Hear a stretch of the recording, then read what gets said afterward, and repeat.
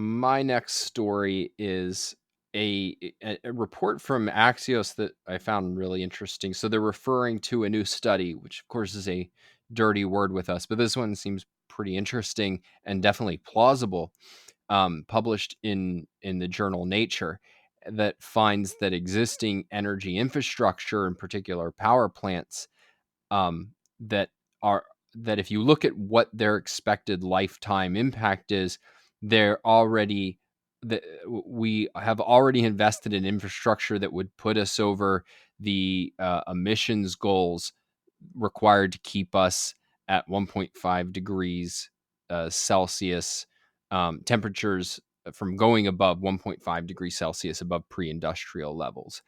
And they find that projected cumulative emissions from existing infrastructure, roughly 658 gigatons, are much higher than the estimated remaining 1.5 degrees Celsius budget, and that any shot at 1.5 degrees Celsius likely means shutting down lots of power plants before the end of the roughly 40-year lifetimes.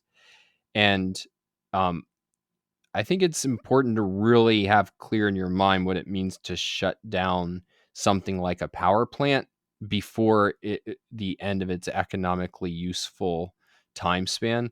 And uh, Stefan, you can tell me if you think this analogy is problematic, but I mean, to me, it's just like, imagine you buy a car and a couple years later, someone says, "Oh, it's not green enough," so they force you to like turn it into the scrapyard and buy an expensive EV that you have to stand around for hours and while it charges.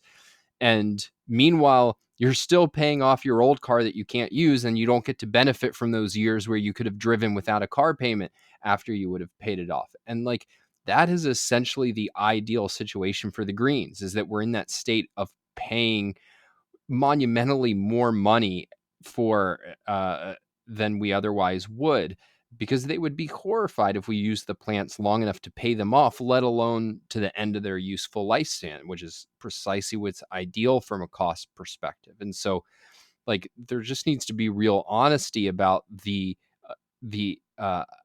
the plausibility of achieving these climate goals, and there needs to be an honesty about the costs of trying to achieve them, and neither one is part of today's debate. Yeah, so I like the analogy. It's a sort of cash for clunkers fallacy where the government pays you an amount of money to destroy a perfectly good car before its true end of life.